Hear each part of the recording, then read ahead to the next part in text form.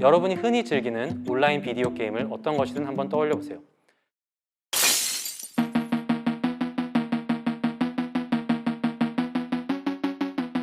플레이어들끼리 서로의 캐릭터를 공격해 죽이는 폭력적인 묘사를 포함하고 있습니다. 가상적 폭력 또는 살인은 일반적이고 당연한 것으로서 도덕적으로 허용되는 것처럼 보입니다.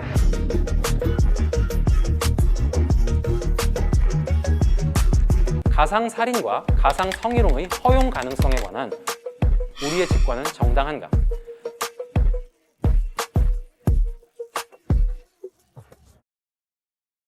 안녕하세요.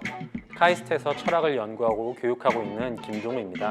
갑론을박이 있을 수 있겠지만 현실 속에서 많은 분들은 살인이 성희롱보다 더욱 중한 잘못이라고 생각하실 겁니다. 그런데 가상현실 공간에서는 사정이 좀 다른 것 같습니다.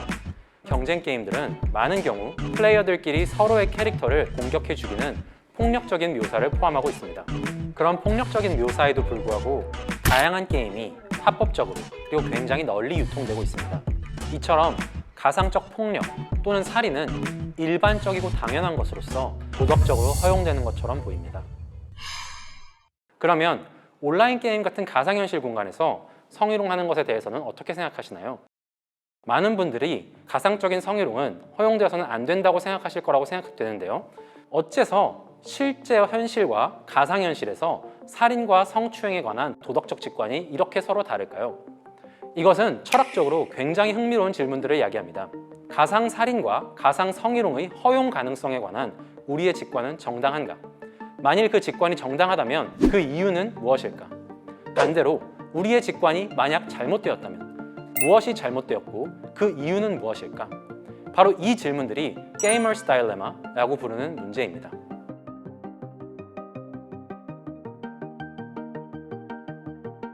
여기서 주의해야 할 것은 게이머스 다일레마가 거짓 문제가 아니라 실질적인 문제임을 보여주는 것일 뿐 그 문제를 해결해 주지는 않는다는 것입니다.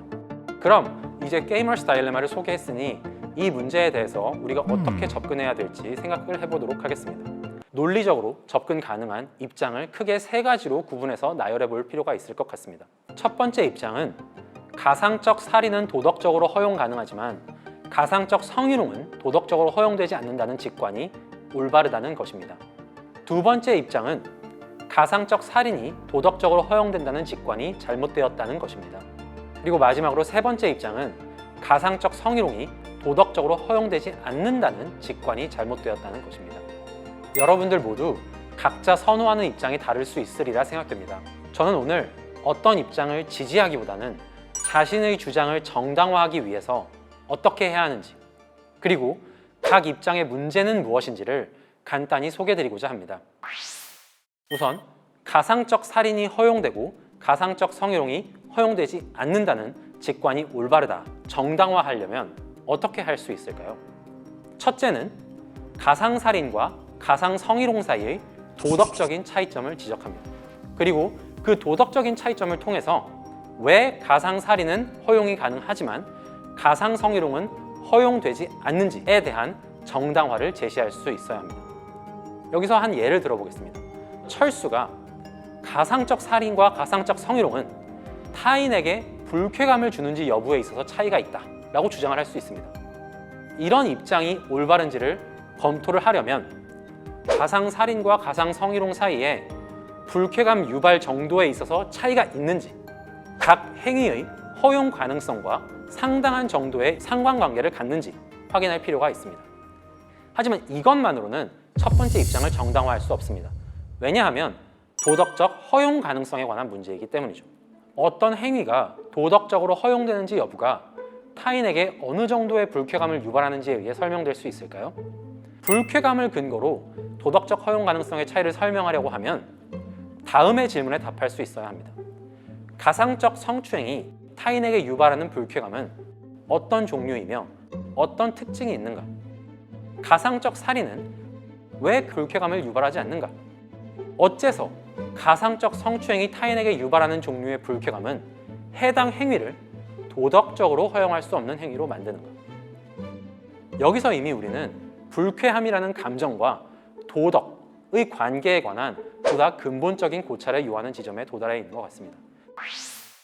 이제 다음으로 가상살인이 도덕적으로 허용된다는 직관이 잘못되었다라는 입장을 택한 경우를 생각해 보도록 하겠습니다. 우선 가상살인이 허용될 수 없는 이유를 설명한 다음 우리가 왜 가상살인이 허용된다고 착각하는가를 설명할 수 있어야 합니다. 예를 들어 보겠습니다. 영희는 두 번째 입장을 옹호하면서 가상살인이 특별히 타인에게 피해를 주는 것은 아니지만 그런 행위를 반복하는 사람의 성품에 부정적인 영향을 주기 때문에 도덕적으로 허용될 수 없고 마찬가지로 가상적 성추행도 도덕적으로 허용되지 않는다. 이런 입장에 따르면 가상적 살인이 허용된다고 착각하는 이유는 타인에게 미칠 피해를 중심으로 생각하기 때문이고 자신에게 끼칠 부정적인 영향에 대해서는 고려하지 않기 때문이다 라는 것이죠. 이런 주장을 정당화하려면 우선 가상적 살인이나 가상적 성추행이 반복적으로 행해질 경우에 행위자의 성품에 부정적인 영향을 끼치는가에 대한 경험적인 입증이 필요할 것입니다. 그렇지만 행위자의 성품에 부정적인 영향을 끼친다고 하더라도 그것만으로는 가상적 살인이 도덕적으로 허용되지 않는다라는 것을 정당화하기는 어렵습니다. 행위자의 성격에 끼치는 부정적인 영향으로 설명하는 것은 여러 난점이 있습니다. 행위자에게 부정적인 영향을 끼치는 모든 가상적 행위는 도덕적으로 허용될 수 없는 것으로 취급되어야 할까요? 폭력적인 묘사를 포함하는 게임을 즐기는 수없이 많은 사람들은 모두 도덕적으로 허용될 수 없는 행위를 하고 있는 것일까요? 도덕적으로 허용될 수 있는 가상적 폭력의 경계는 과연 어디에 있을까요? 자, 그럼 마지막으로 가상적 성희롱이 도덕적으로 허용되지 않는다는 직관이 잘못되었다라는 입장에 대해서 생각해 보도록 하겠습니다.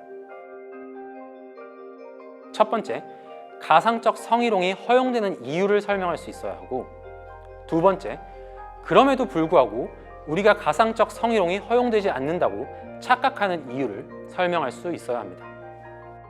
세 번째 입장의 가장 큰 어려움은 우리의 일상적 직관에 크게 반한다는 점입니다. 그렇다면 이런 입장을 어떻게 옹호할 수 있을까요?